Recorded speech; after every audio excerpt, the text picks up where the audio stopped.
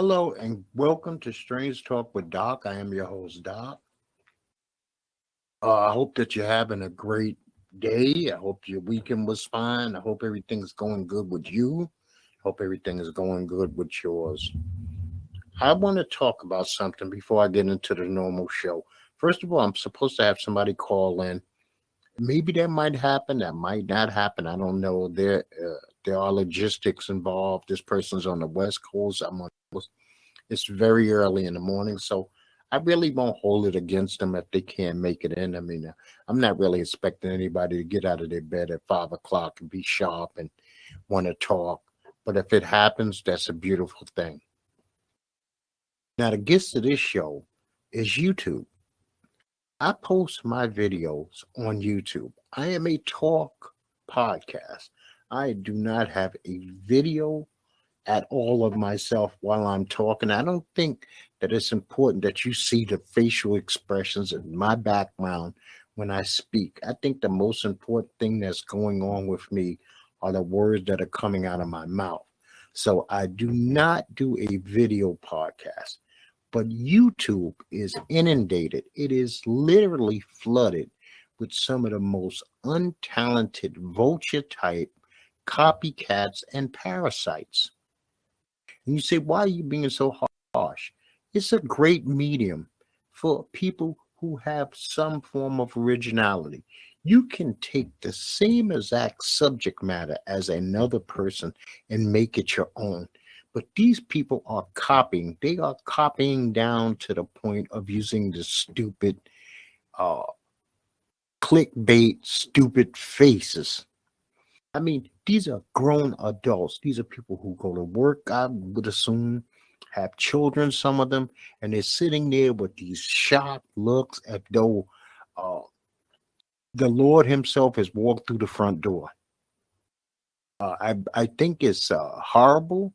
I think it shows a lack of pride. You're selling out. You're willing to do anything for that click to potentially make money. And I think that does not make sense to me. It really makes zero sense. I think that you still become an adult. You stay an adult, remain an adult. I don't believe that the most successful people are going out of their way to look an ass so that you would click on them because you look so shocked as though you just shitted on yourself. I mean, it really makes no sense. And the copycatting, the lack of originality. Say one person takes off for first time reaction, and before you know it, there's 9 million first time reactions, not done in any kind of different way, but the same kind of way. Now you have YouTube flooded with the prison stories. You have YouTube flooded with the I was a gangster story. Now, the people who bother me, I think, the most, and I'm going to put those first timers in this category. These are the vultures who actually live, breathe, and eat off the flesh of other people's talents, other people's beefs, other people's situations.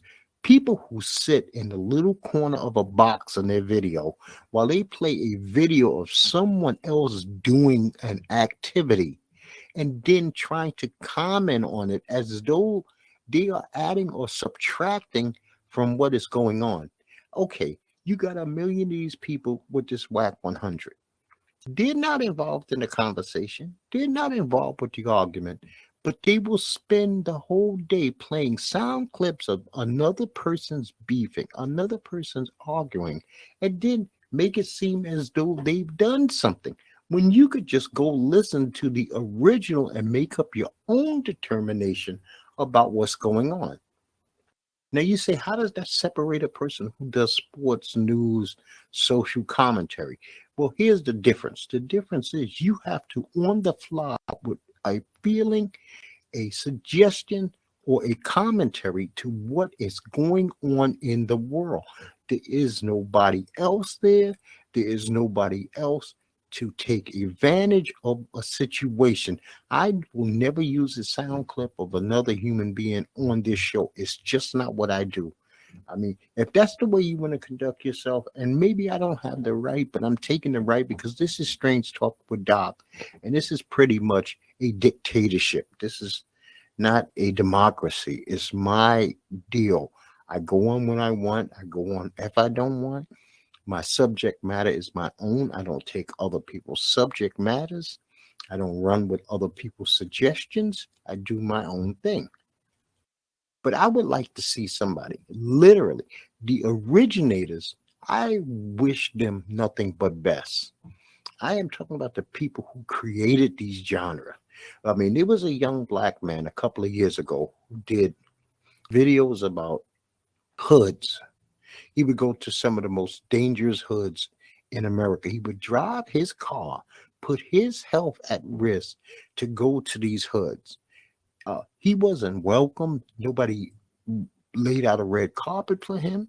And then a white guy came, and this white dude obliterated this black guy because young black men across the country, as will happen a lot of times, will put a red carpet out for a stranger as opposed to one of their own. So now this white dude is now the biggest guy in the hood videos. He might have never ever been to a hood in his life, but now he is in the jungle exploring.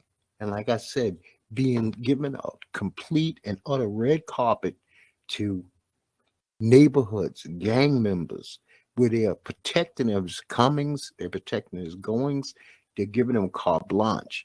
The same thing that they would not afford another black man. Because if it was true, then you would see black YouTubers out there doing it. So listen, if you're one of those copycatters, you're one of those vultures, you're one of those parasites who live off the talents and things of other people, at least be original in the way that you deliver your product. Okay, everybody knows that there are a million hamburgers, but everybody does not make their hamburger exactly the same. And that's where the originality comes from. Can you mix up your hamburger where it tastes, it looks, it it satisfies the soul a little bit different than just everybody else. And if you can go to bed at night and wake up the next morning, look in the mirror and feel good about yourself, and you know that all you do is copycat other people's ideas, other people's views. I think some of these people are literally going in, watching other people do first reaction, and then pretending to have the same reaction that they seen somebody who's more successful have. But good luck to you all.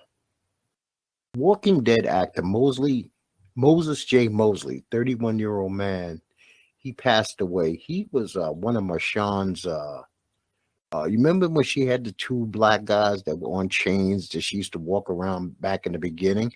Well, she passed at the age of 31. Howard Hessman, who played Johnny, Dr. Johnny Fever on WKRP in Cincinnati. He was also on Head of the Class and One Day at a Time. He died at the age of 81. Megaforce Records co-founder John Zuzula died at the age of 69. This dude helped launch the careers of Metallica, Anthrax, and many other heavy metal bands. The ISIS leader Abdul Aram al-Hassami al-Khazratis, whatever, he died in a military raid this week. He was bombed. Well, actually, we came to raid him, and the punk bitch killed himself. Very cowardly. He killed his family. But this is what they believe in, and he went out like a chump. But that's neither here nor there. So he gets no rest in peace. He's just dead to me, okay, people? But 5-year-old Rayon Oram, who was trapped in that well for 4 days in Monaco. My heart goes out to his loved ones. My heart goes out to all the people who witnessed this, who prayed for him. The prayers was not answered. That is just the reality of the situation. I hope that he rests in peace. He was such a little fella. I mean, I can't imagine feeling so abandoned, even though people were desperately trying to get to him. But his little mind, his little heart, he probably thought nothing and nobody in the world cared, and millions upon millions of people cared. It's just that we couldn't reach it, man. And I feel so bad that they couldn't reach him. When I seen the article about him, when I woke up, I wanted it to be good news, but sometimes we don't get good news. So COVID-19 is now up to 78 million cases in the United States. 927,000 people have died. And supposedly we have 543 people, 43 million people vaccinated in one shape or another. Worldwide, there's 386 million cases and 5.8 million people have died. Now, I'm not going to sit here and jibe you. I did not go to a HBCU. I was pretty anti-HBCU my whole life. I figured by the time you're 18 or 19 years old, it's time to commingle with others and to do that in college age. Now, I come from a day that when I was college age, HBCU would have been basically 99% black. Maybe today there's a lot of white students, but there was none in 82 and 83, okay? And I came from an all-black neighborhood where I went to an all-black junior high school, and by then it was time for me to get my mind started working around going to work. So I knew that I needed to get myself to the point where I could deal and understand and vibe with others, meaning white people, because I knew that in the professional world, this is who I was going to deal with the most. That being said, this weekend or this week leading into Black History Month, some fucking idiots decide that this is the perfect time to send bomb threats to young, progressive, college black children. And I'm disgusted by this. How dare somebody be that evil that they would want to target the future? These are kids who are going to be the future. They're going to go on to do, some of them, great things. Now, my views on HBCUs have changed dramatically over the years. See, sometimes you could be wrong and then you figure out, you learn. If people want to go for historic reasons, I'm with it. They want to go for legacy reasons because their parents went, I'm with it. They want to go because they don't want to support the major college, big time college places, I'm with it. It's a personal choice if you want to be at Howard or if you want to be at Maryland. That's on the individual. I don't know who's accepting you, who's rejecting you, but nobody has the right to threaten anybody with death just because you're going about your life. You know, I'm disgusted by that. So this Michael Avenatti, the dude who came out the gates as he was going to be a hero, he was going to help bring down Donald Trump with this Stormy Daniels. He has been convicted for the second time, this time from stealing from Stormy Daniels. This is the same dude who got the settlement from Trump. He messes around with Nike, tries to start them up $25 million. He gets convicted of that. Now he's convicted again. So now he has to wait sentences. Joe Rogan, who I see on the UFC, I'm a UFC fan.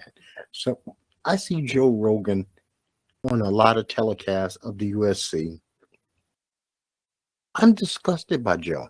Now, I do not appreciate or think that it's cool that any white person at any time, if you listen to Strange Talk with Doc, I have many shows where I discuss this. Some are just little clips. You can go back and listen. There is under no circumstance that a white man should use the N-word. Under no circumstances, to get a point across, to make a joke. It is not funny. It is not your place to do it. What about if we called your nationality their worst word? So Spotify has removed 113 episodes of the Joe Rogan Experience. You know, this is a learning moment for Joe. Joe is highly successful. People aspire to be Joe Rogan, to or at least have Joe Rogan's credibility, respect, the ability to get any guests in the world.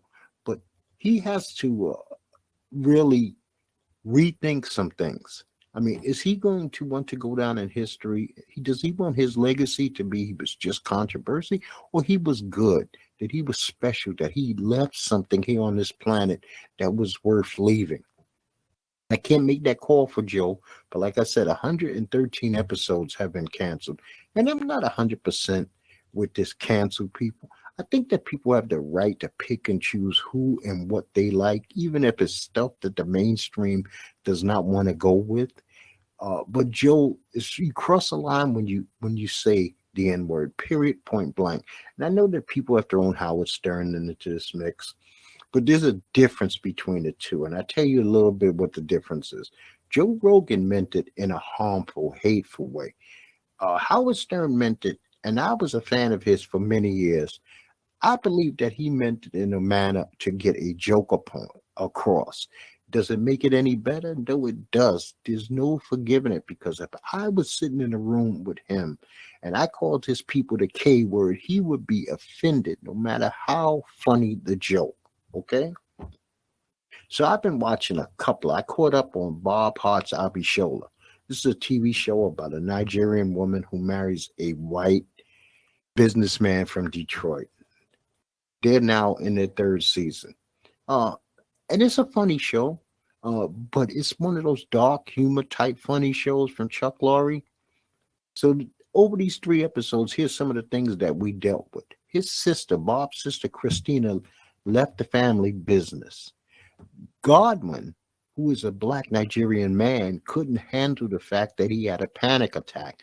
Nigerians are not supposed to have panic attacks. I mean, this is a weird thing, and I really wish that if I have any listener who happens to be Nigerian to give me 2 minutes of their times and tell me, what do you think of this show, Bob Hart's Abishola? Is it insulting? Is it true to form? Are they way off base as far as Nigerians are concerned? We had Abishola's cousin. Now, you have to forgive me with some of these names. They're not the easiest to say. Morkaki, no, Mornike, her cousin, came out of the closet as being gay, which is also unacceptable and a crime in Nigeria. But she's in America. So they're trying to figure out those waters. Now everybody knows about it, though. Abishola's mother and son came to visit. The mother is a trip. It seems like you can't go against the mothers over there in any way, shape, or form, or you'll be disowned by the whole family. Once again, I need somebody to confirm or deny this. This Is Us was outstanding. Deja and Malik decides that they want to move in together. Deja's a 17-year-old girl. Malik is a freshman, and I believe he's going to Harvard University. She's a junior in high school. I mean, with all the things that these two families have been through, it's kind of crazy. We got into the backstory of Becca and Miguel, how they came to be. We still haven't fully seen what it is, but we are getting to that point. We dealt with Nikki and his woman, Kate and her mother, which has been a weird relationship since Kate was a little girl. We also dealt with Kevin and women, and how if he's around any woman, any period of time, how he decides that he's almost in love with them. And this is a dude who's went through massive amount of women, but he has such a addictive personality that he automatically goes into this I love you type thing. I watched 3 episodes of The Blacklist, and I'm going to say these last 3 episodes have told me that The Blacklist is back. I am so glad. Wrestler is still dealing with his drug issues. Dembe and Red seem to have come to some kind of accord, which is kind of cool. So the UFC Tough 30 will premiere on May 5th, and the captains of the team are Juliana Pena and Amanda Nunes. Stay tuned for that. I don't know if there'll be male contestants or if there'll be female contestants, but it should be interesting. These women don't seem to get along too well, so if there's tension, it always makes the show a little better. So Facebook lost for the first time users. Facebook is not what it was. I don't know what caused it to fall off, but I think some things have to do with people got tired of seeing other people's every fucking meal that they ate all day. Uh, it's the only one that you're allowed to have full-fledged back and forth arguments. See, because there's no cap limits, stuff like that. So Facebook had its time, but Zuckerberg is such a piece of shit that people don't even want to really support him. So I think that's part of the reason why it is what it is. And on top of it, Facebook lost 237 billion. Let me say that again. Facebook lost $237 billion, a one-day drop in the stock market, the biggest one-day drop in the stock market history. Zuckerberg lost $29 million of his own personal worth. So the 2022 Olympics started Friday, which was February the 4th, and it's going to go through Sunday, February the 20th. Have I watched any of the Winter Olympics? Maybe 2 seconds, maybe a minute. I'm not really interested in Winter Olympics. If that's your type of thing, I'm just giving you that information. This weekend, we had a UFC card. Jack Hermanson fought Sean Strickland. Sam Alvey fought Phil Hughes. He got submitted by Hughes. I want Smiling Sam, to stop being Smiling Sam. I want him to actually retire. I think that his better days are over. He's just out there fighting for money and to prove a point. I don't know what it is. I don't see him climbing up the ladder or doing anything. And I like the guy, whether he get out before he gets hurt. We actually had the battle of the tough 29. Mr. Gore was finally healthy and he fought Brian Battle. And Brian Battle held on to win. So he is now what he can consider himself when he goes to bed at night, the legitimate Ultimate Fighter champion, because he beat the guy who would have been the #1 seed going into that fight, but he was injured. Jack Hermanson and Sean Strickland was a very good fight. I say that was a very good fight, but Sean Strickland was a little bit better, so I don't fault him winning the decision.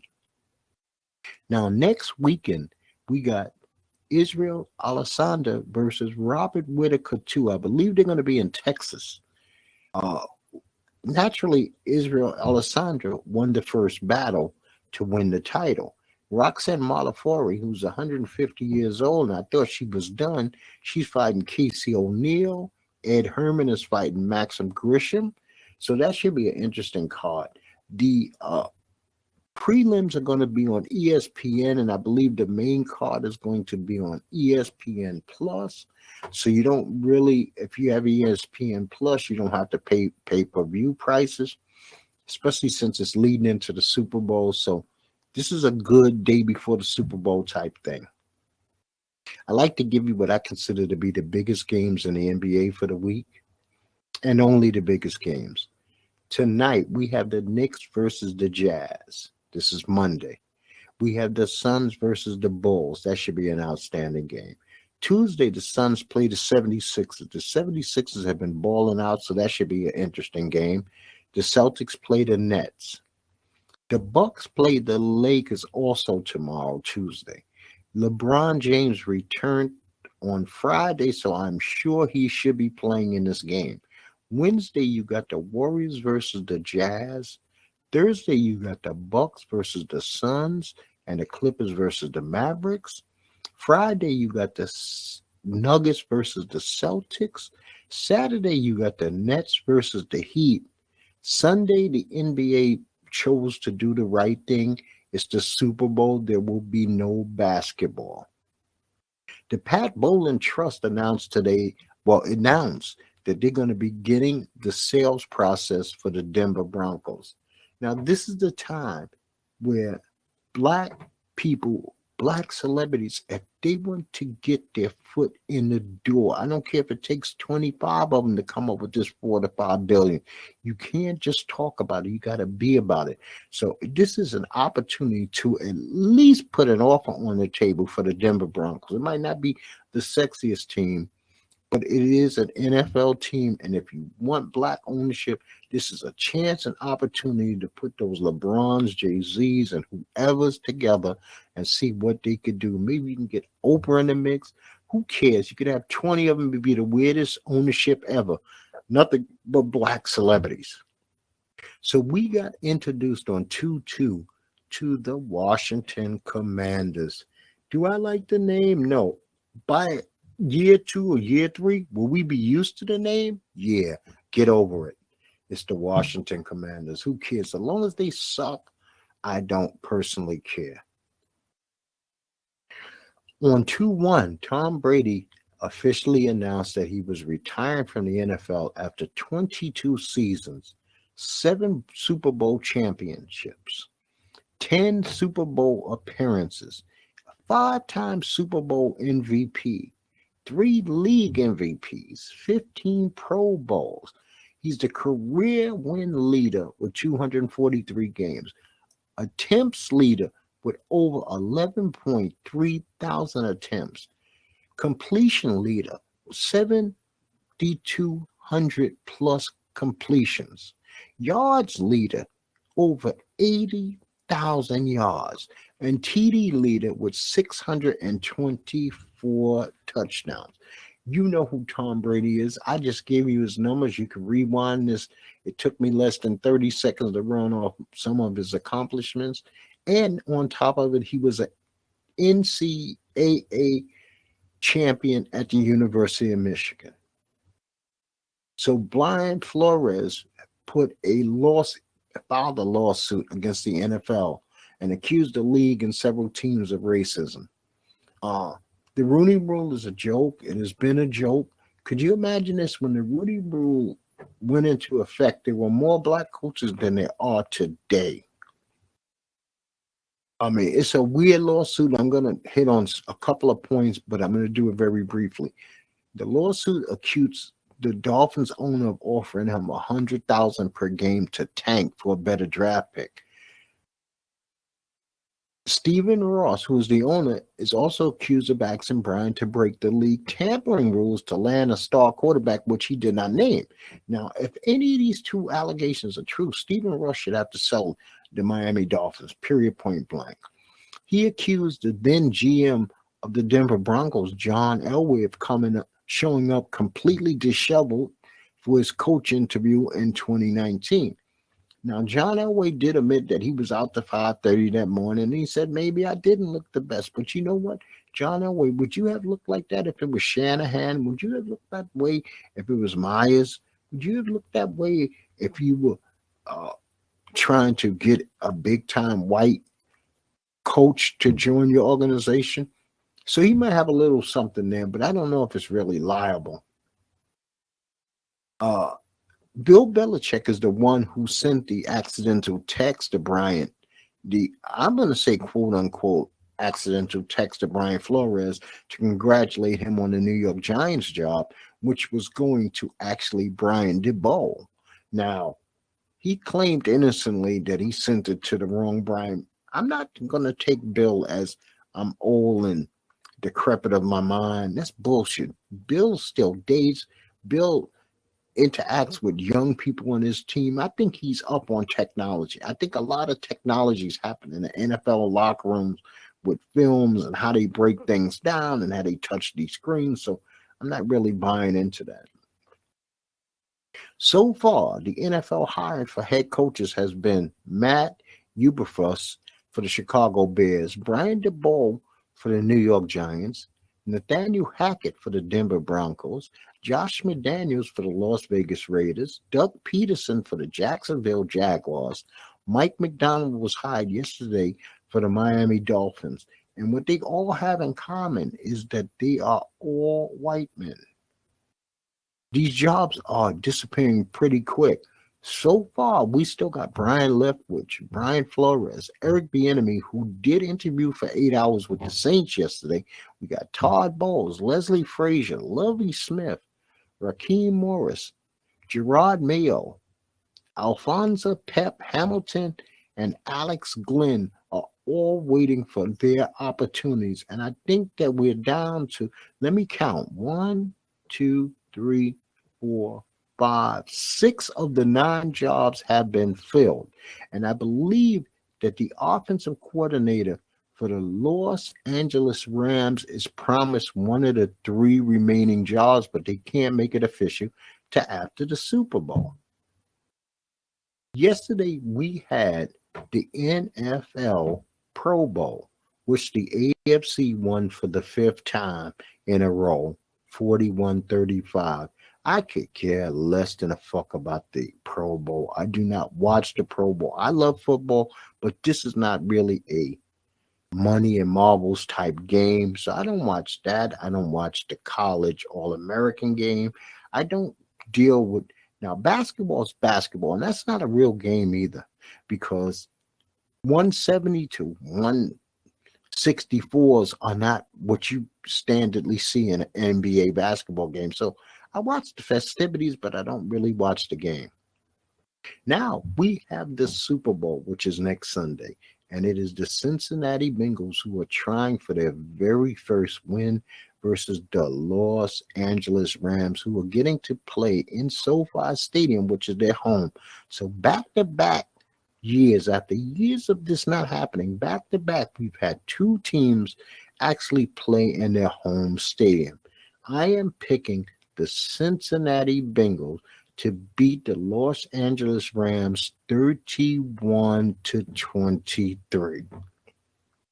Your halftime show, you got Dr. Dre, Snoop Dogg, Eminem, Mary J. Blige, and Kendrick Lamar.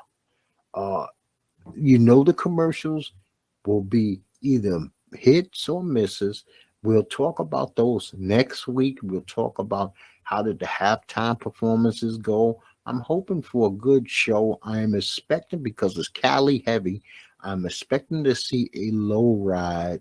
I'm expecting Snoop and Dre maybe to pull up to the stage in some kind of low ride, especially since it's California. They're California. I don't really know how they're going to blend these acts.